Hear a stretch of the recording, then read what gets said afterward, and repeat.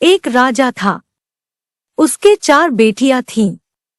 राजा ने सोचा कि इन चारों में से जो सबसे बुद्धिमती होगी उसे ही अपना राजपाट सौंपेगा। इसका फैसला कैसे हो, वह सोचने लगा। अंत में उसे एक उपाय सूझ गया। उसने एक दिन चारों बेटियों को अपने पास बुलाया, सभी को गेहूं के 100 दाने दिए और कहा, इसे तुम अपने पास रखो। 5 साल बाद मैं जब इन्हें मांगूंगा तब तुम सब मुझे वापस कर देना।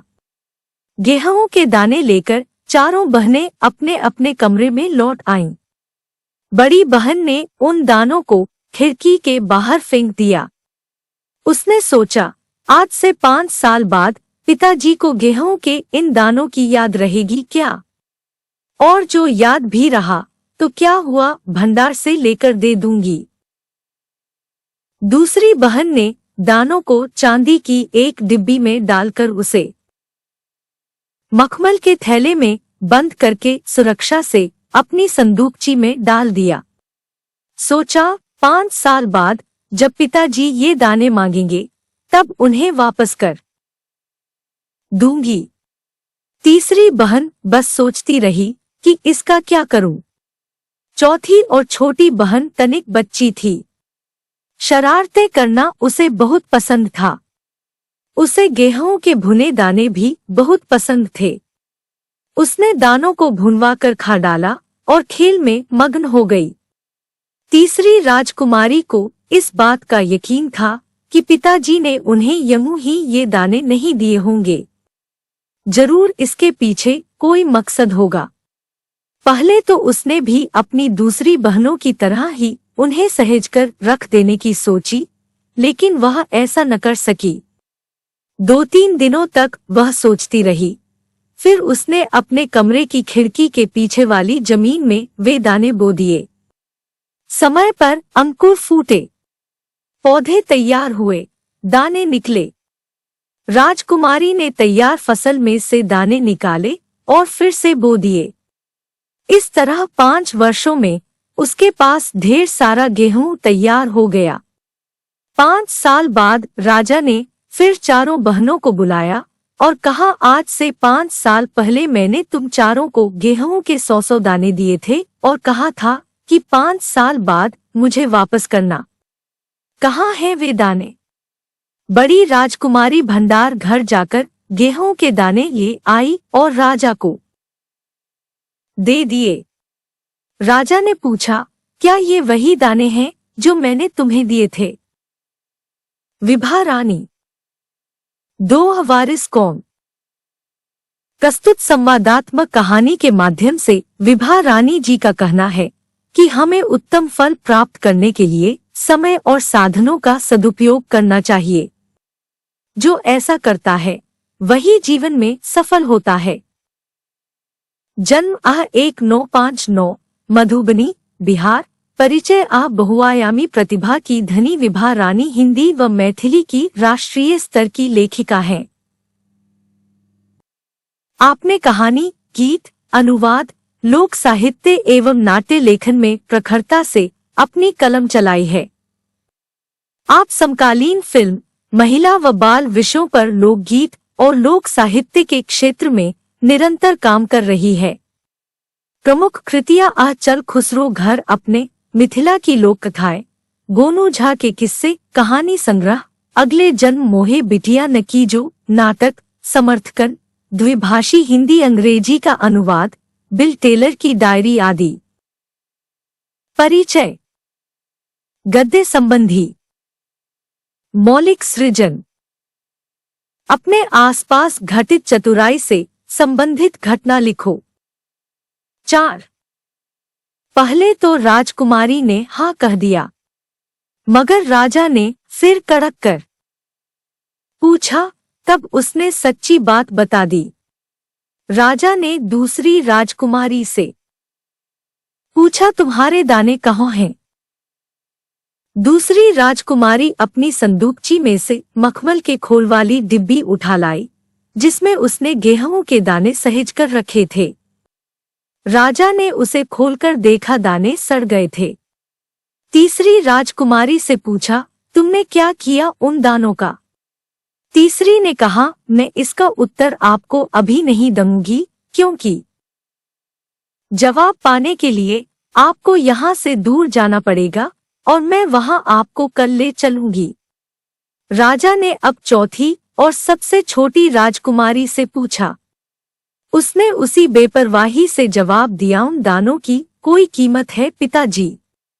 वैसे तो ढेरों दाने भंडार में पड़े हैं। आप तो जानते हैं न, मुझे गेहूं के भुने दाने बहुत अच्छे लगते हैं, सो मैं उन्हें भुनवा कर खा गई। आप भी पिताजी किन किन चक्करों में पड़ जाते हैं? सभी के उत्तर से राजा को बड़ी निराशा हुई।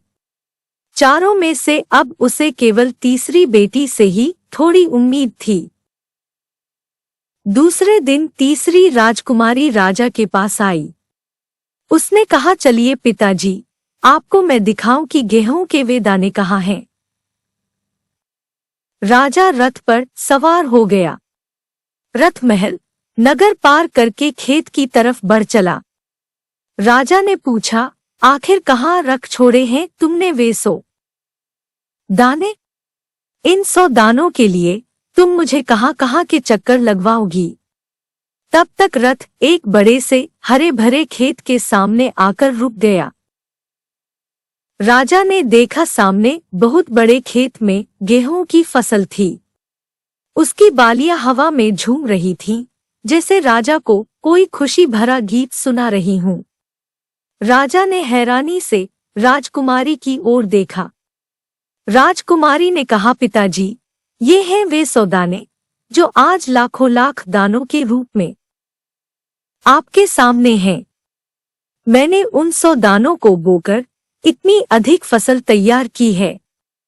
राजा ने उसे गले लगा लिया और कहा, अब मैं निश्चिंत हो गया।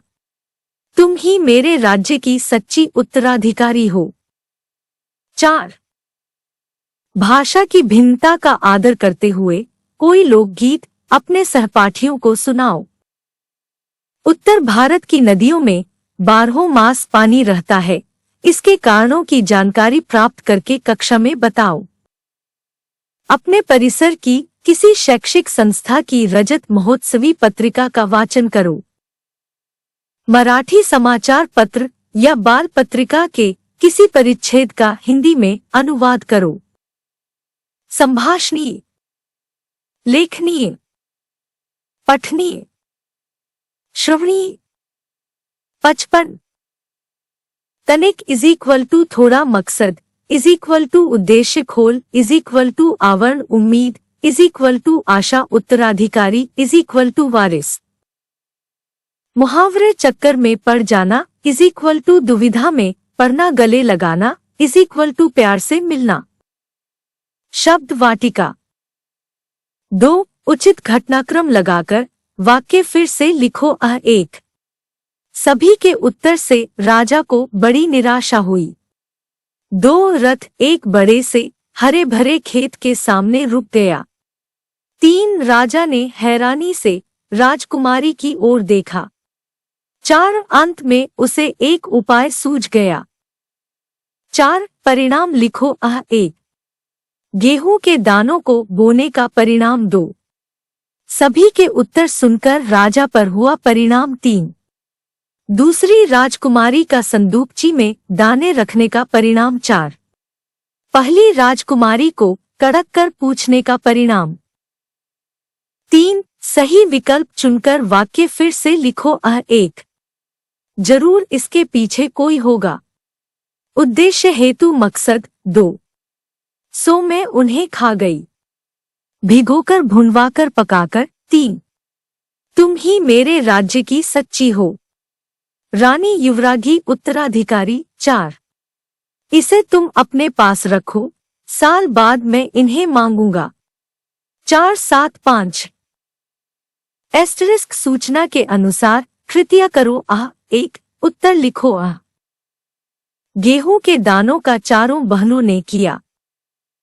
रचना के आधार पर विभिन्न प्रकार के 3-3 वाक्य पाठों से ढूंढकर लिखो। अपने मित्र सहेली को दीपावली की छुट्टियों में अपने घर निमंत्रित करने वाला पत्र लिखो। बीरबल की बौद्धिक चतुराई की कहानी के मुद्दों का फोल्डर बनाकर कहानी प्रस्तुत करो।